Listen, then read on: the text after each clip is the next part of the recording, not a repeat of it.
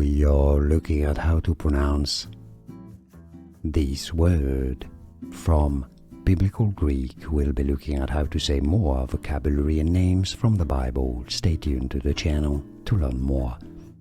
In Greek, indeed, it's said as pistis, meaning faith or trust. Pistis. Pistis. We are looking at how to pronounce this word from Biblical Greek. We'll be looking at how to say more vocabulary and names from the Bible. Stay tuned to the channel to learn more. In Greek, indeed, it's said as pistis, meaning faith or trust. Pistis. Pistis. Here are more videos on how to pronounce more confusing words and names too many mispronounced. Like this video if you found it useful. I appreciate your support. I'll see you soon and thanks for watching.